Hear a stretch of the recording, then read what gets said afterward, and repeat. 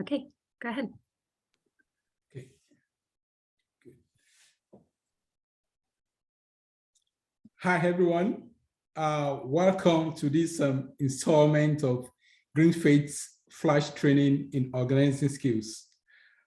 My name is Oluwatosin Kolawole, and I'm an organizer for GreenFaith. So today, I'm going to be interviewing Reverend Abi Mohaupt about faith foundations for our collective grassroots organizing work at GreenFaith. And something I look forward to having. Me too. I'm really excited to have this conversation with you, Tosin. Thanks. Again, I'm Abi Mohaupt. I'm the Director of Education and Training with GreenFaith. And today we're going to talk about faith foundations for our work. As people of faith, we bring moral authority and weight to social movements. And people of faith have always been part of movements to make the world a better place. One of the great gifts of our collective work at GreenFaith is that we get to work together as people of faith around the world.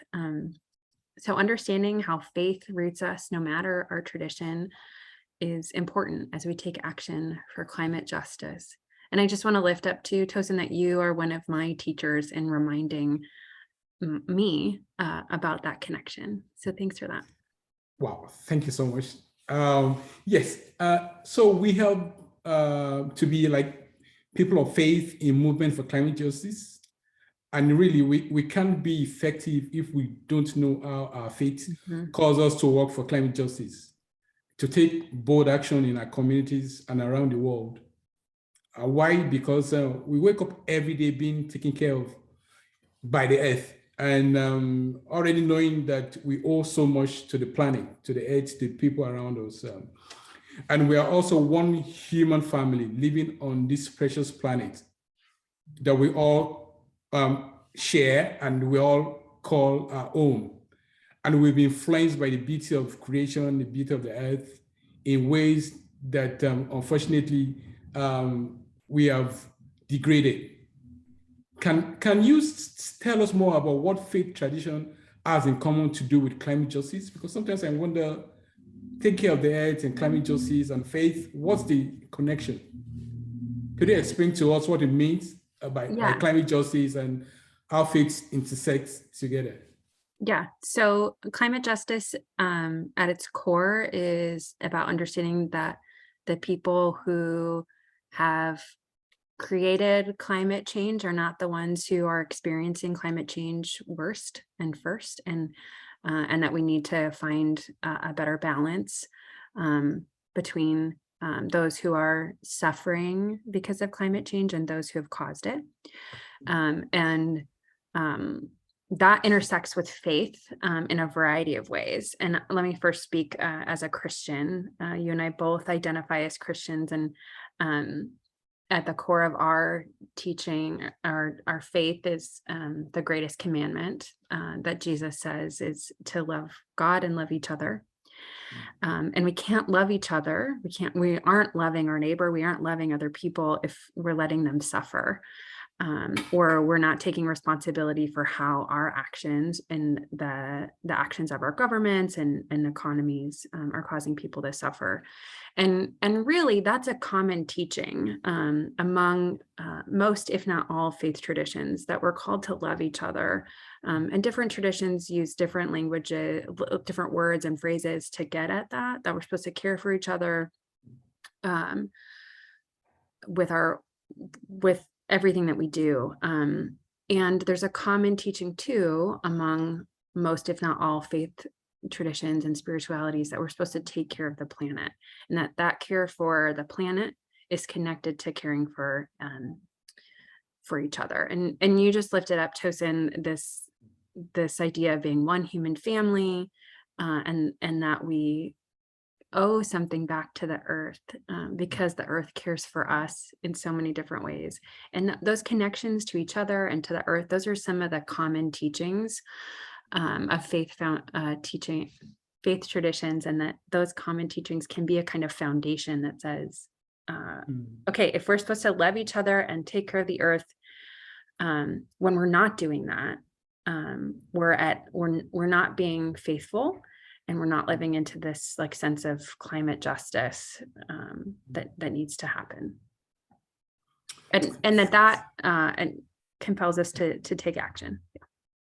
If truly we all have so much in common, apart from the fact that we all cohabit this precious planet, our religious tradition also expunge the importance of thinking of the planet and the people and other forms of life with which we share these precious resources.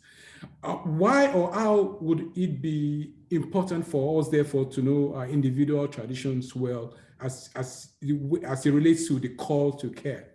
Yeah. So at GreenFaith, right now, we're currently working with organizers around the world around 3 demands: ending new fossil fuels, stopping current fossil fuel lines and companies and extractions, and then working for a just transition. And really calling for those demands requires us to be bold and to push back against governments and the fossil fuel industry, and some social expectations in the world. And to do that kind of bold work can be really scary and risky, depending on where you are in the world. And it requires a lot of resilience, because doing that work can be really hard. And one of these things, one of the things that I keep coming back to as a person of faith who feels compelled to action, that when it gets hard, pushing against the fossil fuel industry or against the government that subsidizes the fossil fuel industry, is that my faith is a resource, that my particular connection to being a Christian, my own particular love of Christ and a desire to live into a vocation to be like Jesus, who calls us to love, that's a well from which I can draw when things are hard. And I think that's one of the great gifts of knowing your own particular tradition and leaning back into that, is to say, okay, when it's hard, it's not just about us or about me individually. It's about the collective work, and that I get to rely on this resource that's bigger than me, that I know so well, and that compels me into action. So that's why I think it's important to know our own individual traditions, not just the common threads that call us all into this work, but that I, Abby, as a Christian, need to know this, and you, Tosin, as a Christian, need to rely on this, and our colleagues who are Muslim need to know their own Islamic resources, and Jewish and Buddhist, that each of us as a well to draw on in the hard moments. You just confirmed that the work can be very hard to do and risky, but we can draw strength from our spiritual tradition to get inspired to do the work. Do you have any tips on how we can start this work? Yeah. And what people can do? Yeah. One of the reasons I'm excited to have this conversation with you in particular, Tosin, is that you and I have helped lead the GreenFaith Fellowships in a couple of years, and led fellows and done this work ourselves through a process of exploring what's called an eco-spiritual autobiography, knowing the pieces of our faith that compel us to take action on climate justice.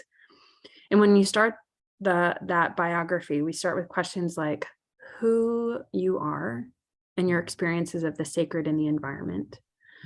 What are sacred, spiritual, or ethical texts that inform your ego spirituality? What are the songs, prayers, teachings that compel us? And so those are the questions that at GreenFaith we suggest people to start with, right? And I'll put those questions in the chat underneath the video when we share it. But who you are, what your experience of the sacred in the environment, what are the sacred texts, what are the songs, prayers that connect you to the earth? So starting with that connection. Well, thank you for actually reminding me. I remember years back when I applied to the fellowship program, and I was I had to go through these questions too, coming up with scriptural text that informs eco spirituality for me. And one text that jumped at me was actually from Matthew 5:13, and it was according to the Sermon on the Mount by Jesus Christ, where he called his followers salt of the earth. And given that for millennia, humans have used salt to preserve meat and other food from decay, and many still do these days, especially in places where there are no refrigeration. So in my view, the obvious application of that metaphor by Christ is a call to his followers to be the kind of people who preserve and prevent from decay. And to extend that to this current and contemporary situation, preserving the earth and the planet from environmental and climate degeneracy, it's very important. And that is something that inspires me to do this work too. And so, but before we leave, would you please, could you reference one or two verses or statements from some select texts that invites us to care for the planet? Yeah, thanks. And Justin, I'm thinking about what it means to be the salt for the earth, or the salt for the world. I'm going to be thinking about that interpretation of the text for a while. Thanks.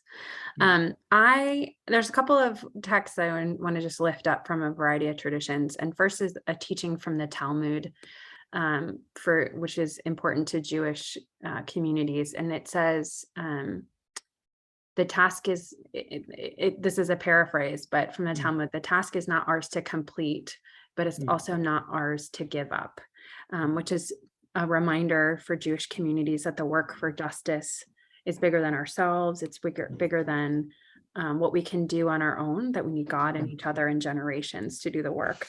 I think that's one teaching that is compelling when we're facing the work of climate justice that is bigger than ourselves, requires changing systems, requires being bold, and can feel like it's never going to be done, and a reminder that the task is to do it, even if it's not going to be completed. And then I think about the Hindu teaching and ritual of giving thanks to the earth and asking for forgiveness for walking on the earth. In the morning, saying a prayer that roughly translates to, "O Mother Earth, the wife of Lord Vishnu, with the oceans as clothes and mountains as your bodies, I bow to you. Please forgive me for touching you with my feet." And this is a prayer that many Hindus pray every day, and it can be used as a prayer of forgiveness for harm for walking, but also for extracting energy resources. And then just one more, a reminder that in Islam, in the time of Ramadan, it's what many Muslims call the month of mercy and blessing. It's a time for coming together, and is a time that can be focusing on not waste, that there's teachings around never wasting water, even when you're at a running stream, a remembrance that we are called to be guardians and inheritors of the earth, and that requires us to be mindful about our interactions with the earth. And that requires calling other people to be mindful about that interaction, and calls us to hold governments and industries accountable, to not be wasteful of what we've been given, and to be guardians of the planet. So those are just three teachings that come to mind as well. Wow, those are quite touching and solemn teachings and prayers. Thank you so much, Reverend Abby. And so thank you all for joining us for this installment of the GreenFaith Flash Training and Organizing Skills.